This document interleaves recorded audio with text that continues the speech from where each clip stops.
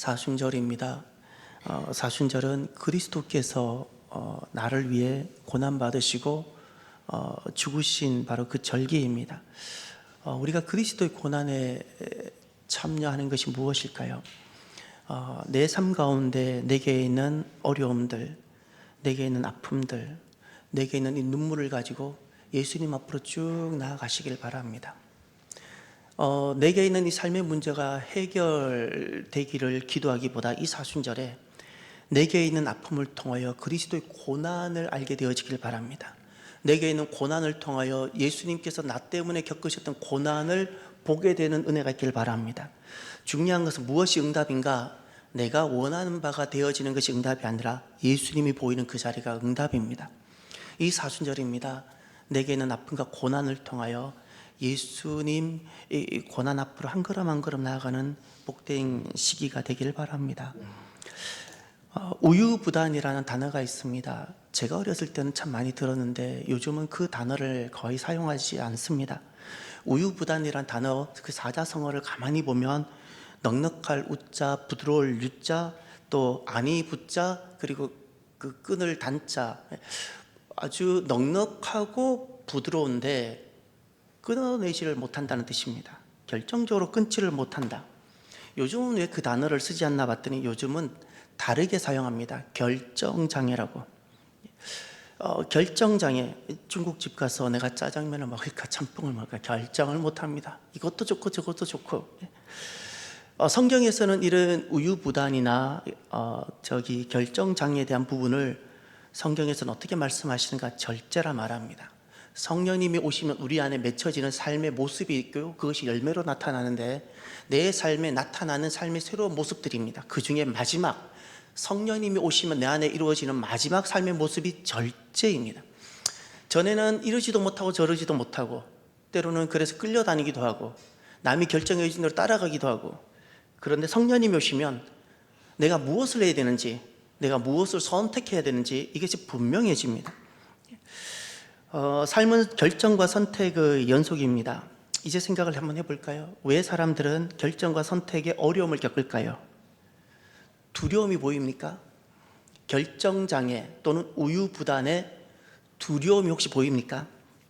이런 생각이 듭니다. 왜 결정하지 못할까? 하나를 선택하는 순간 다른 하나를 상실하게 됩니다. 그렇죠. 선택은 하나만 하는 겁니다. 하나를 선택하는 순간 다른 것을 상실해야 합니다. 그것에 대한 상실에 대한 두려움. 이것도 취하고 싶고 저것도 취하고 싶은데 이것을 선택하는 순간 저것을 상실합니다. 짜장면을 선택하는 순간 짬뽕을 상실합니다. 그 짬뽕 상실에 대한 두려움. 그래서 결혼을 딱 한 번 해봤는데 결혼했더니 제가 안 해본 삶을 경험하게 되는 겁니다. 이제 결혼 전에는 항상 내가 먹는 거 내가 이렇게 주문하고 그거 먹고 그랬는데 결혼했더니 내가 이걸 주문하고 아내는 저걸 주문하고 또 먹는데 쏙 둘 다 가운데 딱 두더니 둘 다 막 먹는 거예요. 이 삶이 저는 굉장히 낯설었어요. 너무너무 낯설었어요.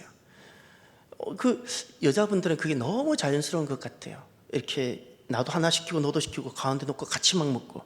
남자들은 10명이 모여도 자기 거 먹지 10개를 가운데 두고 막 섞어서 먹지 않아요. 이교영 장로님, 친구분들하고 어디 가셨을 때 짜장면 나는 시키고 친구는 짬뽕 시켰을 때 가운데 놓고 나눠 드세요?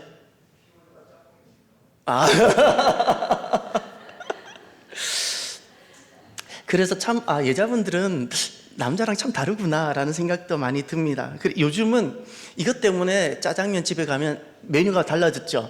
짬짜면 고민하지 말라는 거예요. 나눠 먹을 필요 없다는 거예요. 짬짜면 하나는. 절제란 무엇일까를 생각하면서 이런 겁니다. 자족이 안 되면 절대는 부족합니다. 절제라는 것은 내가 무엇을 결정하기 전에 자족이 있어야 됩니다. 자족은 3가지입니다. 스스로 만족하게 여기는 겁니다. 짜장면이든 짬뽕이든 내가 짜장면을 선택했으면 나는 그것으로 스스로 만족해 여기는 겁니다. 그것이 아니면 자족이 안 됩니다. 2번째, 내게 있는 것으로 만족하게 여깁니다. 내가 만약에 짜장면이라면 나는 짜장면으로 만족합니다. 그가 짬뽕이든 탕수육이든 관계없습니다. 나는 짜장면으로 만족하는 겁니다. 세 번째, 자족이란 내게 있는 것의 기쁨을 최대한 누리는 겁니다. 여러분, 음식을 이렇게 막 섞어서 먹으면 더 맛있을 것 같죠? 뭐 사람마다 다를 수 있는데 음식을 짜장면 먹고 짬뽕 먹고 섞어서 먹는 맛이 있지만 그 섞어서 먹으면 짬뽕 맛도 잃어버리고 짜장면 맛도 잃어버려요. 안 그렇던가요? 짬뽕이든 보리밥이든 그 하나만 먹으면 보리밥이 주는 그 구수한 맛이 있는데 보리밥 먹다가 짬뽕밥 먹으면 보리밥도 없어지고 짬뽕밥도 없어져요. 그렇지 않나요? 아니라 그러는 것 같아요. 지금 오늘 목사님 끝나고 중국식 가져가시는 것 같아요. 예. 내게 있는 것의 그 기쁨을 최대한 누리는 것은 자족입니다. 자족, 그게. 그래서 결정장애나 우유부단은 겉으로 보면 게으름일 것 같지만 실은 거기에 욕심이 가만히 숨어 있지 않나라고 보입니다. 그런데 오늘 우리가 한 가지 더 생각하셔야 될 것이 있습니다. 전혀 사용하지 않는 단어입니다. 결정장애라는 것은 흔히 많이 요즘 듣습니다. 그런데 결정오류라는 단어가 있습니다. 결정오류. 결정장애보다 이것은 더 심각합니다. 결정장애는 결정하지 못하고 시작을 못하는 거라면 결정오류는 잘못된 결정입니다. 하지 말았어야 될 결정입니다. 예수님의 순환에서 가장 마음이 좀 짠하고 마음이 아파오는 두 사람, 결정오류를 가져온 두 사람이 있는데 그 사람들이 가룟 유다와 빌라도입니다. 이들은 결정은 굉장히 신속하게 합니다. 결정장애가 없었던 사람들입니다. 그런데 결정오류를 낳은 사람들입니다. 어떤 것이 결정오류일까요? 오늘 본문을 한번 보시길 바랍니다. 오늘 본문은 11절에 예수께서 총독 앞에 섰음에라고 들어갑니다. 가야바 법정에 계셨다가 이 대제사장 무리들이 예수님을 빌라도 법정으로 이렇게 옮겨갑니다. 11절을 가만히 보시면서 이 대제사장 무리들이 빌라도 법정에 예수님을 고소할 때 죄명이 있습니다. 뭔가가 문제가 있으니까 법정에 세우지 않겠습니까? 빌라도 법정에 예수님을 세울 때 이 유대 무리들이 내세운 죄가 무엇이었을까요? 11절을 제가 읽겠습니다. 찾아보십시오. 예수께서 총독 앞에 섰음에 총독이 물어 이르되 내가 유대인의 왕이냐? 예수께서 대답하시되 내 말이 옳도다 하시고. 아멘. 총독에게 보고된 예수님의 죄명, 유대인들이 올린 예수님의 죄명은 무엇이었을까요? 유대인 왕입니다. 그러면 가야바 법정, 지금은 빌라도 법정인데 그 바로 직전에 그 밤에 가야바 법정에 예수님이 먼저 머무십니다. 먼저 체포되어 가야바 법정에 서는데 그의 대제사장, 그 집에 머물렀을 때 그때 고발되었던 죄명은 무엇이었을까요? 다 이런 겁니다. 신성 모독죄, 3일 만에 성전 무너뜨리면 다시 세운다, 하나님의 아들이다, 구름 타고 오신다, 다 종교와 관련된, 신앙과 관련된, 그래서 신성 모독죄로 고발됩니다. 근데 놀랍게도 가야바 법정에 와서는 신성 모독과 관련된 언급되지 않습니다. 유대인의 죄, 유대인의 왕이라고 고발합니다. 유대인의 왕이라는 것이 죄가 되나요? 왜 이것이 문제가 될까요? 당시 로마 세계에서는 가장 중요한 그리고 가장 엄격하게 다룬 죄가 하나 있었습니다. 반란죄입니다. 황제 반란, 로마 황제에 대한 반란죄, 이것은 가장 큰 죄입니다. 이건 당연히 사형에 해당되는 겁니다. 지금 유대인들이 본인들 가야바 법정에서는 신성 모독죄에 대한 것을 다루다가 빌라도 법정으로 옮길 때는 로마 황제 반란죄로 쉽게 말하면 고소를 한 겁니다. 그때 예수님의 답변을 보십시오. 11절 하반절에 내 말이 옳도다. 이제 여기에서 우리 스스로가 질문 한번 해볼까요? 누가 그리스도인일까요? 누가 하나님의 백성이죠? 누가 하나님의 백성이라고 여기십니까? 내 말이 옳도다, 이 말이 무엇이죠? 내가 왕이냐라는 질문에, 빌라도가 하는 질문에 예수님이 내 말이 옳다 말했습니다. 너의 말이 옳다. 누가 그리스도인이죠? 누가 예수님을 따르는 제자이죠? 누가 예수의 군사이죠? 누구죠? 직분을 가지면 되나요? 신분이 목사이면 예수의 사람일까요? 예수님을 유일한 왕으로 삼는 사람. 세상에 수많은 왕이 있고 로마에도 왕이 있고 곳곳에 왕이 있고, 그런데 다른 어디에도 줄 서지 않고 예수님만을 왕으로 삼는 그 사람, 그리고 왕 대신 예수님 통치 속으로 들어가서 예수님이 펼쳐내시는 그 세상을 살아가는 사람. 할렐루야. 이것을 예수님이 말씀하셨을 때는 하나님 나라라 말하고, 이번에 우리가 사순절 주제로 그래서 하나님 세계라고 이렇게 우리가 고백하는 겁니다. 그러면 역으로 몹시 심각한 죄가 있습니다. 몹시 심각한 죄는 무엇이 몹시 심각한 죄일까요? 예수님을 왕으로 삼지 않고 신앙생활하는 삶이 몹시도 심각한 죄입니다. 열심히 신앙생활은 하는데 하나님의 세계, 왕이신 하나님이 통치하시고 다스리는 그 세계와 무관하게 살아가는 나의 삶, 이것이 몹시도 심각한 죄입니다.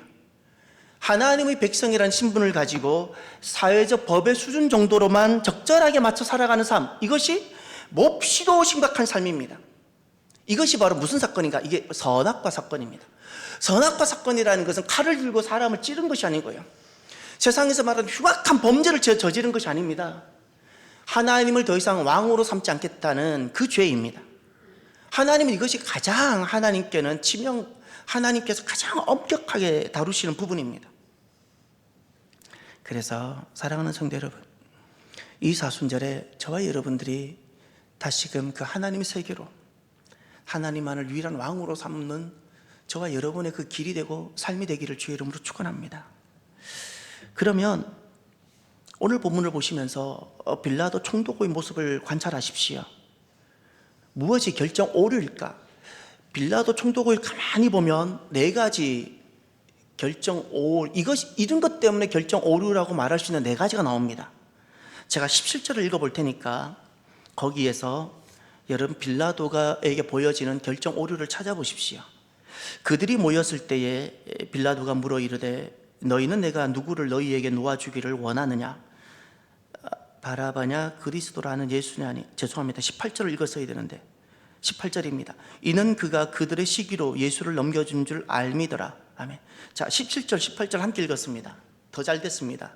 18절의 배경이 17절인데 17절과 18절을 보면서 여러분, 빌라도가 어떤 결정을 하는데 결국 예수님을 십자가 언도를 하게 됩니다.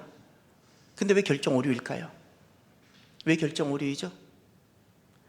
여기 보면 18절에 그가, 바로 빌라도가 그들의 대제사장의 무리들의 무엇으로? 시기라는 겁니다.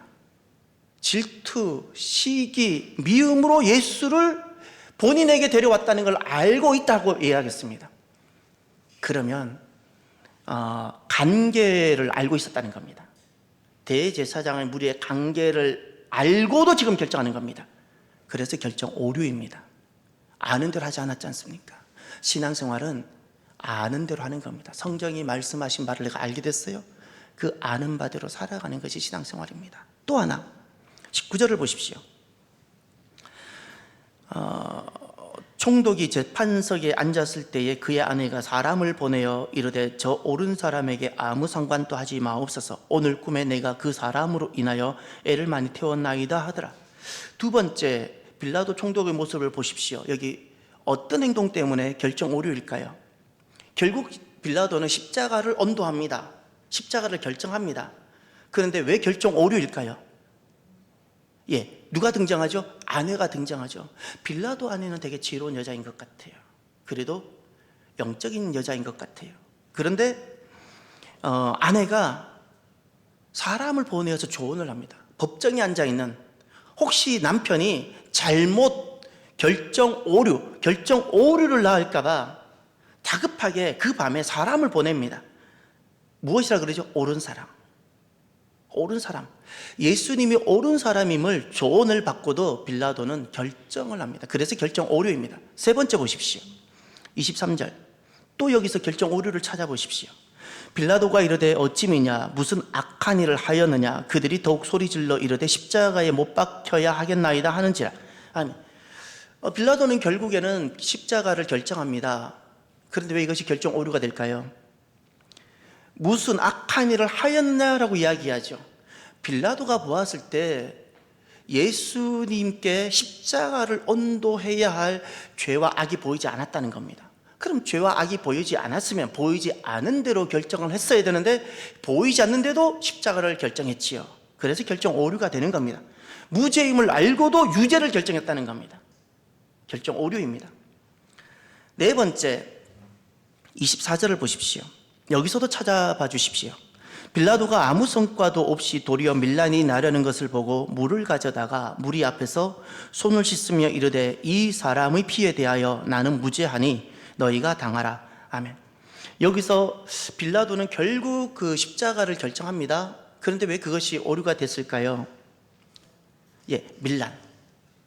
밀란이 나려는 것을 보았다. 이것은 무엇이죠? 지금 십자가를 결정하지 않고 예수님께 해방을 선언하면, 무죄를 선언하면 밀란이 일어날 것 같다고 그랬죠. 이것이 무엇일까요? 밀란이 일어나는 것이 왜 문제가 되죠? 빌라도에게? 자기 신분의 위태로움입니다. 자기 위태로움. 자기 위태로움을 보고 자기 살려고 결정하는 겁니다. 자기 살려고. 그래서 결정 오류가 되는 겁니다. 빌라도의 이런 네 가지 모습, 빌라도는 알고도 십자가를 결정하고 충분한 옳은 조언을 받고도 그는 오류의 결정을 하고, 무죄임에도 불구하고 유죄를 결정하고 자기 살려고 그릇된 결정을 합니다. 그런데 빌라도가 했던 이런 것들이 결정적으로 결정 오류가 되는 이유가 두 가지가 나옵니다. 이것이 이 땅 세상에서는 흔히 비일비재하는 모습들인데 빌라도가 보여준 이 네 가지는 고개만 돌리면, 정치권이든 회사든 어디든 살짝만 고개만 돌리면 낯설지 않은 모습들인데, 특별히 빌라도가 행했던 이것이 결정적인 오류가 되는 두 가지 이유. 이제 24절을 보십시오. 우리가 이 부분에 있어서 정말 주의하고, 그래서 우리가 두려워야 됩니다. 24절을 보십시오. 빌라도가 아무 성과도 없이 도리어 밀란이 나려는 것을 보고 물을 가져다가 무리 앞에서 손을 씻으며 이르되, 다 함께 볼까요? 이 사람의 피에 대하여 나는 무죄하니 너희가 당하라. 아멘. 요 말씀, 이 사람의 피에 대하여, 예수 피, 예수의 피에 대하여 나는 무죄하니 너희가 당하라. 이 말씀을 가지고 빌라도가 앞에 네 가지를 결정한 것이 왜 결정적으로 잘못된 결정이었고 오류였는지를 우리가 이야기해 볼 수 있을까요? 이 사람의 피, 예수의 피에 대하여 내가 지금 십자가 언도를 하는데 이 십자가 언도에 대해서 나는 무죄하니 너희가 당하라. 다시 질문을 바꿔볼까요? 빌라도는 이 말을, 나는 무죄하니까, 나는 손을 씻으며 나는 무죄하니까 여러분이 당하라고 한다고 빌라도가 면책이 되었나요? 안 되었다는 사실입니다. 면책이 안 됐어요. 빌라도가 나는 무죄하니 무죄 면책이 되지 않았어요. 무죄 면책이 안 됩니다. 남에게 이관되지 않습니다. 사도신경, 우리가 새벽마다도 사도신경을 고백하죠. 사도신경에 사람이 한 명 등장하죠. 누구죠? 본디오 빌라도. 예수님이 다시 오실 때까지 본디오 빌라도에게 고난을 받아는 안 지워집니다. 그 죄가 자기는 무죄하니 나는 손을 씻는다고 면책이 되지 않는 것이 아닙니다. 그래서 결정적인 오류라는 겁니다. 또 하나, 25절을 보십시오. 백성이 다 대답하여 이르되 그 피를 우리와 우리 자손에게 돌릴지어다.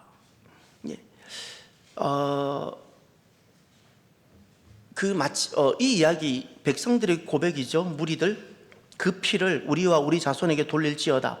요 말을 가지고 지금 예수님 앞에 행하는 이들의 모습이, 빌라도나 이 백성들의 모습이 왜 결정적으로 잘못된 오류이고 잘못된 것인가를 우리가 설명할 수 있을까요? 매우 매우 무서운 말입니다. 매우 매우 무서운 말입니다. 그 피를, 예수님의 피를 나와 우리 자손에게 돌려라. 그대로 됐어요. 그래서 2000년 나라 잃어버립니다. 2000년 나라 잃고 우리나라가 일본에 해방되는 그 즈음에 이스라엘이 다시금 세워지고 건국이 되어지죠. 2000년 나라 잃어버립니다. 그런 꼴을 당하게 만들었어요. 안 했어야죠. 만약에 그런 일이 일어난다면 이들이 정말 그렇게 했을까요? 그러니 결정 오류인 겁니다. 하지 말아야 할 결정이었는 겁니다. 하지 말아야 할 결정.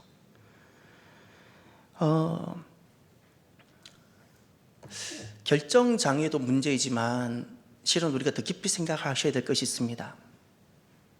결정 오류입니다. 열심히 선택하고 결정을 했는데 내가 잘못했구나. 여러분, 어떻게 하면 우리가 결정 오류를 피할 수 있을까요?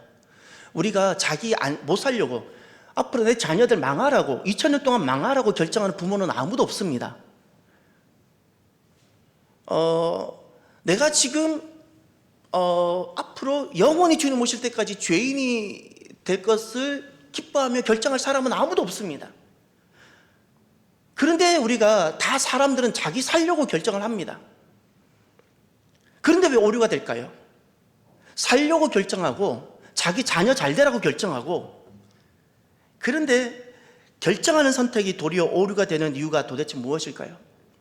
딱 한 가지를 기억하십시오. 너무나도 중요합니다. 우리의 모든 결정, 그 결정으로 인한 선택, 삶은 결정과 선택의 연속인데 우리의 모든 결정과 선택이 예수님만 되게 하십시오. 예수님이 되게 하십시오. 빌라도가 본인이 법정에서 결정을 하고 선택을 하는 순간 그가 예수님이 되게 했다면 그는 결코 오류는 범하지 않았을 겁니다. 그 총독의 직분에서 그가 옷을 잃어버릴지도 모릅니다. 지위는 박탈당할 수도 있었을 것일지도 모르겠습니다. 밀란이 일어나고. 그러나 그는 지금처럼 영원히 죄인의 길을 걸어가는 일은 있지는 않았을 겁니다.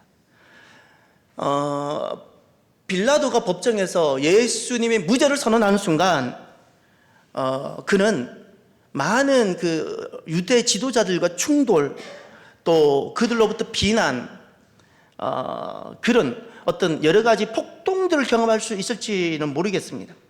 대단히 바보스럽고 대단히 미련해 보이는 결정일 수 있습니다. 예수님을 선택하는 그 결정이 때로는 만만치 않을 수 있습니다. 그런데 저와 여러분들이 오늘 이 빌라도와 이 유대인들의 모습을 가만히 보고 대단히 미련해 보이고 대단히 어리석어 보이고 내가 가지고 있는 것을 잃어버리는 것 같은 어려움이 초래되는 한이 있더라도 한 가지를 꼭 생각합시다.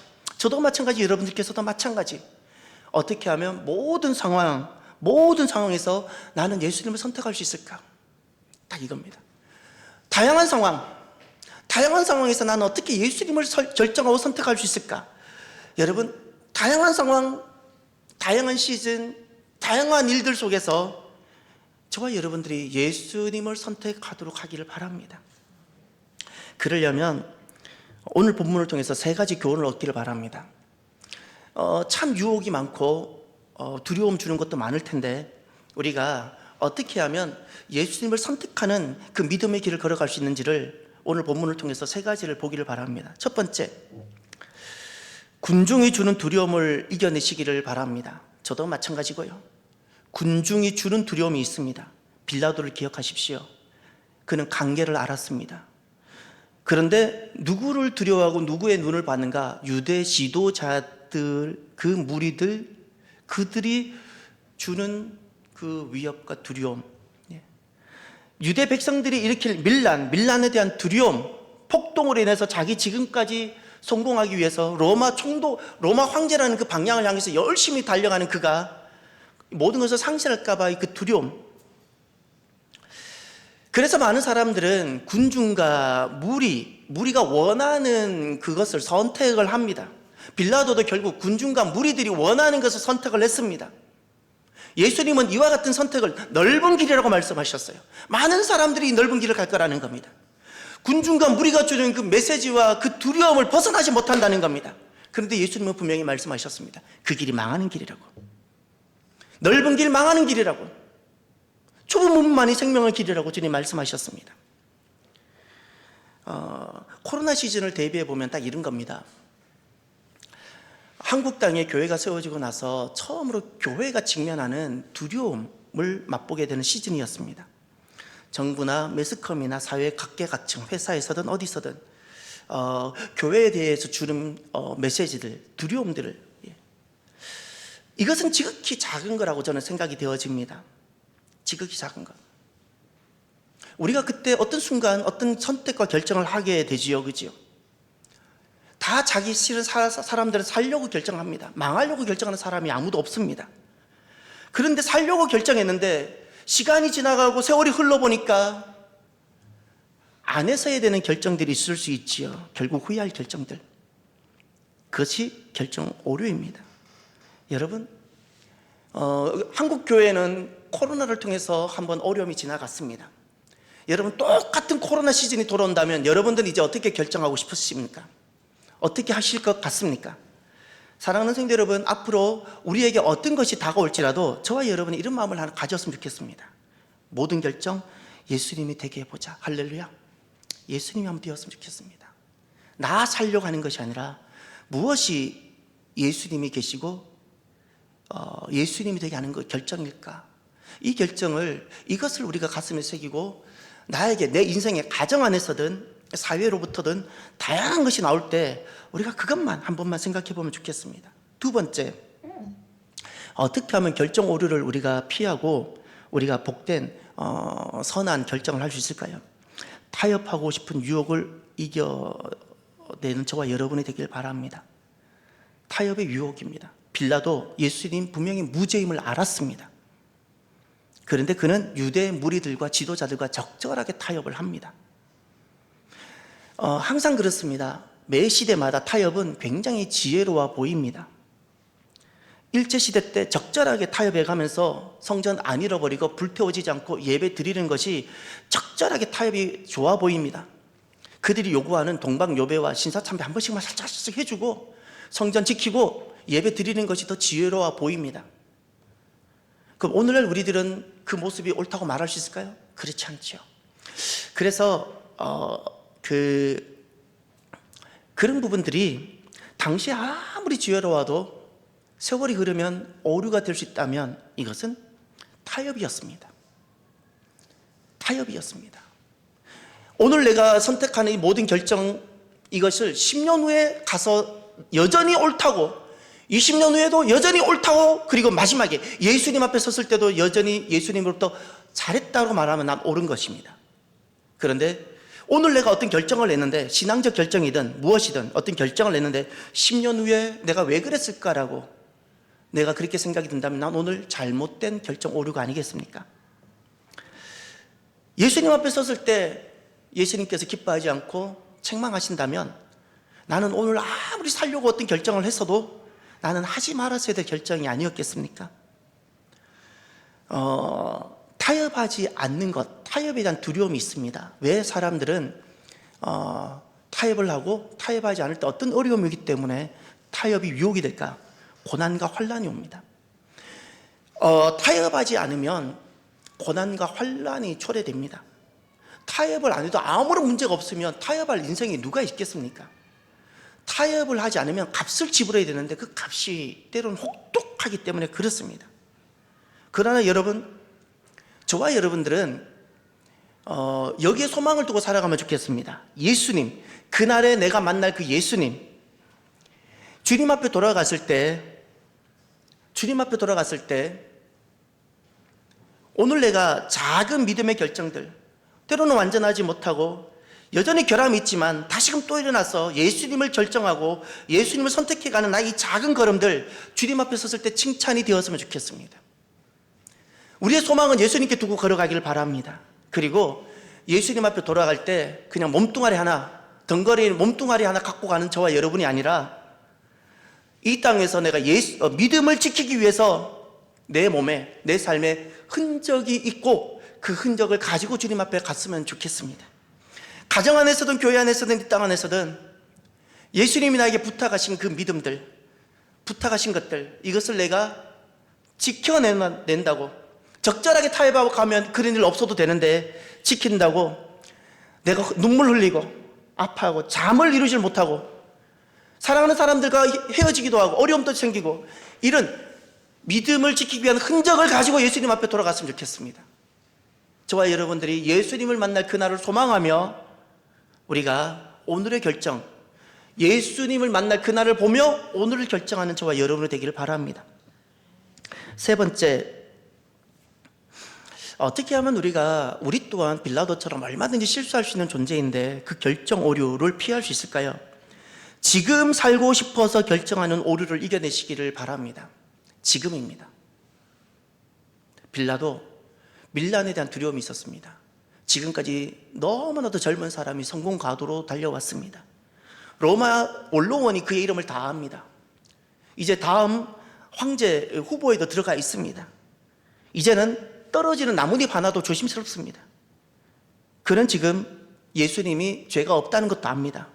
시기로 넘겨진 것도 압니다. 그런데 자기 살려고, 자기 잘 되려고, 자기 번영을 위해서 그는 결정을 합니다. 예수님을 버리기로. 예수님을 버리기로 결정을 합니다.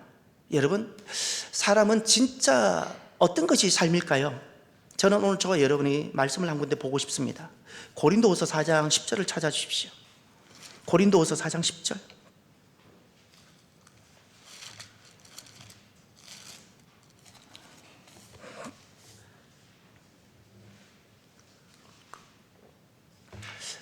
세상은 자기 살려고 예수님을 버리는 그런 어떤 순간들을 많이 직면하기도 합니다. 사도 바울의 모습을 보십시오. 고린도후서 4장 10절 함께 볼까요? 우리가 항상 예수의 죽음을 몸에 짊어짐은 예수의 생명이 또한 우리 몸에 나타나게 하려 함이라. 우리 살아있는 자가 항상 예수를 위하여 죽음에 넘겨짐은 예수의 생명이 또한 우리 죽을 육체에 나타나게 하려 함이라. 아멘. 거기 10절에 항상 예수 죽음을 몸에 짊어짐은, 이 말이 너무 깁니다. 다른 말로 바꾸면 예수 죽음을 몸에 짊어진다, 이 말을 다른 말로 바꾸면 딱 두 자입니다. 한 단어, 순교. 그게 순교 신앙입니다. 예수의 죽음을 몸에 짊어진다, 이것이 순교라는 겁니다. 자살의 개념이 아닙니다. 나 죽자 이 말이 아닙니다. 예. 순교, 그러면 그 순교 신앙이 그 다음을 10절 하반절, 예수의 생명이 또한 우리 몸에 나타나게 하려 함이라. 아멘. 진짜 살게 되어진다는 겁니다. 할렐루야. 순교 신앙이 우리를 진짜 살게 하고 예수 생명으로 살게 하는 겁니다. 그래서 11절을 보십시오. 우리 살아있는 자가, 이 살아있는 자, 결정과 선택을 해야 되는 자를 말합니다. 항상 예수를 위하여 어디에 넘겨짐은, 죽음에 넘겨짐은, 그 죽음에 넘기지다에다가 순교라고 적어 놓으십시오. 오늘 왜 교회가 이렇게 약해졌을까요? 죽음에 넘겨지지 않고 항상 나 살려고 합니다. 그러니 적절하게 하나님의 백성들이 세상과 타협합니다. 지금 나 살려고, 그리고 지금 살려고, 나 살려고, 지금 살려고. 그날에 예수님 만날 것을 까맣게 생각하지 않고, 지금 살고 나 살려고, 순교를 살살 지워갑니다. 그리고 타협합니다. 죽음에 넘겨지면 이 자리 바로 순교신앙, 예수의 생명이 또한 우리 죽을 육체에 무엇한다? 나타난다. 여러분, 살아도 누구는 예수의 생명, 부활로 살아가는 사람이 있는가 하면, 누구는 죽을 몸 붙들고 나 죽을까 봐 벌벌 떨며 살아가는 사람이 있습니다. 사도 바울이 경험한 부활 생명을 여러 번 들어보십시오. 8절부터 보십시오. 사도 바울이 고린도후서 4장 8절, 부활 생명을 경험합니다. 부활 생명을 경험하는데 얼마나 감격스럽게 고백하는지를 보십시오. 우리가 사방으로 우겨삼을 당하여도 다 함께 쌓이지 아니하며, 할렐루야. 두 번째, 답답한 일을 당하여도 다 함께 낙심하지 아니하며, 세 번째, 박해를 받아도 어떻게 버림받지 아니하며, 거꾸로 뜨림을 당하여도 다 함께 망하지 아니하고. 이게 부활 생명입니다. 이것이 진짜 사는 삶입니다. 내가 망할까봐, 내가 버림받을까봐, 내가 낮아질까봐 떠는 삶이라는 것은 죄송하지만 살아있어도 살아있는 삶이 아닌 겁니다. 정말 순교의 자리에 딱 들어가고 순교 신앙으로 딱 서면 주님께서 우리를 부활 생명으로 살게 하십니다. 그 부활 생명은 쌓이지 않습니다. 낙심하지 않습니다. 버림받지 않고 망하지 않습니다. 할렐루야. 우리가 이 자리에 잠잠히 기도하면서 이 자리를 만들면 오늘 우리들이 하는 그 모든 결정에 예수님이 보일 것이고, 그날에 우리는 예수님 앞에 섰을 때 너무 잘했다고, 내 사랑하는 아들아 딸아 칭찬을 받을 것이라고 확신합니다. 저와 여러분들이 오늘 우리들이 하는 모든 결정과 선택이 주님 보셨을 때 기쁘고 예수님만을 위한 결정과 선택이 되길 바랍니다. 이것이 참된 유일한 결정이고 선택입니다. 기도합시다. 사순절입니다. 잊지 마십시오. 나 살면 다 죽습니다. 나 죽으면 다 삽니다. 순교신앙, 순교신앙입니다. 잠잠히 기도합시다. 그것만이 진짜 사는 겁니다. 부활 생명만이 진짜 사는 겁니다. 함께 간절히 기도합시다. 할렐루야. 하나님 아버지 감사합니다.